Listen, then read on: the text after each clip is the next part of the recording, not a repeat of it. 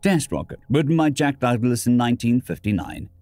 Captain Beard stood at the window of the laboratory, where 1,000 parts of a strange rocket lay strewn in careful order.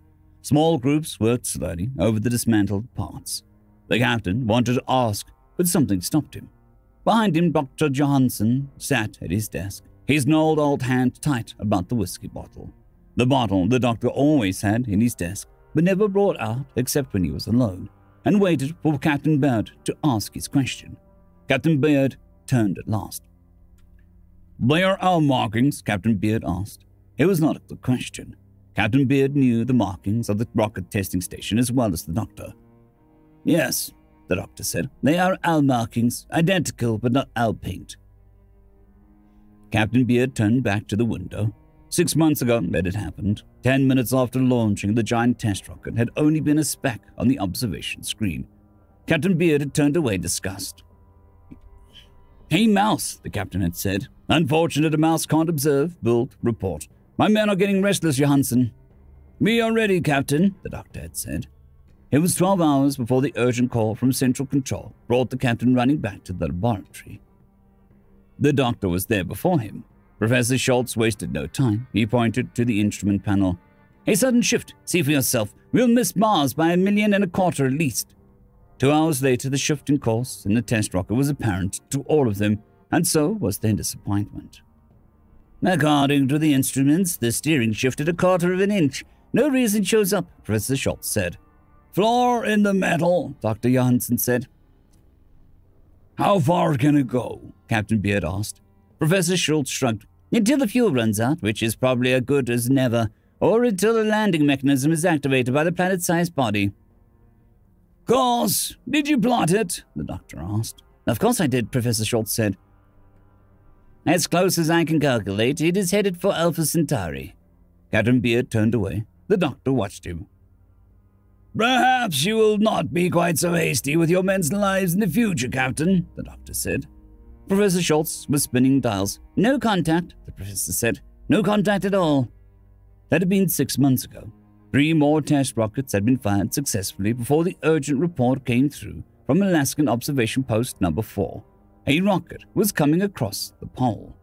The strange rocket was tracked and escorted by atomic-armed fighters all the way to the rocket testing station, where it cut its own motors and gently landed.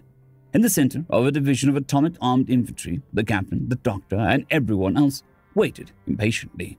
There was an air of uneasiness. "You sure it's not owls?" Captain Beard asked. The doctor laughed. "Identical, yes, but 3 times the size of owls." "Perhaps one of the Asian ones." "No, it's our design, but too large. Much too large." Professor Schultz put their thoughts into words. "Looks like someone copied owls. Someone, somewhere. It's hard to imagine, but true nevertheless." They waited 2 weeks. Nothing happened. Then a radiation shielded team went to examine the rocket. 2 more weeks, and the strange rocket was dismantled and spread over the field of the testing station. The rocket was dismantled, and the station had begun to talk to itself in whispers and look at the sky. Captain Beard stood now at the window and looked out at the dismantled rocket. He looked, but his mind was not on the parts of the rocket that he could see from the window. "The materials, they're not ours?" the captain asked. "Unknown here," the doctor said. The captain nodded. "Those were our instruments." "Yes." The doctor still held the whiskey bottle in a tight grip. "They sent them back," the captain said. The doctor crashed the bottle hard against the desktop. "Ask it, Captain, for God's sake." The captain turned to face the doctor directly. "It was a man, a full-grown man." The doctor sighed as letting a pent-up steam and his heart escape. "Yes, it is a man. It breathes, it eats, it has all the attributes of a man. But it is not of our planet." "It's speech," the captain began. "That isn't speech, Captain," the doctor broke in, breaking in sharply. "It's only sound." The doctor stopped. He examined the label on the bottle of whiskey very carefully. A good brand of whiskey. "He seems quite happy in the storeroom. You know, Captain, what puzzled me at first? He can't read. He can't read anything. Not even the instruments in that ship. In fact, he shows no interest in the rocket at all." The captain sat down now. He sat at the desk and faced the doctor. "At least they had the courage to send a man. Not a mouse, doctor, a man."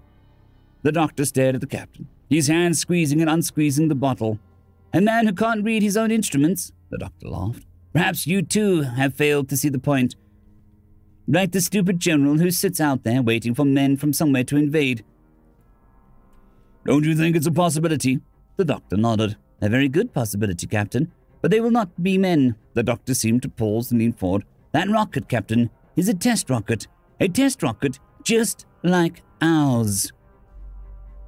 Then the doctor picked up the whiskey bottle and poured 2 glasses. Perhaps a drink, Captain. The captain was watching the sky outside the window. End of story. I'd quickly like to thank the T5 peeps. Cold War Boomerwaffen, Severin Cerberus, Bushmaster 177, Henry the Red, Caspar Arnholtz, Cold War Boomerwaffen, Elijah Silvercross, Dragzoon WRE, and Severin Cerberus. Thank you very much.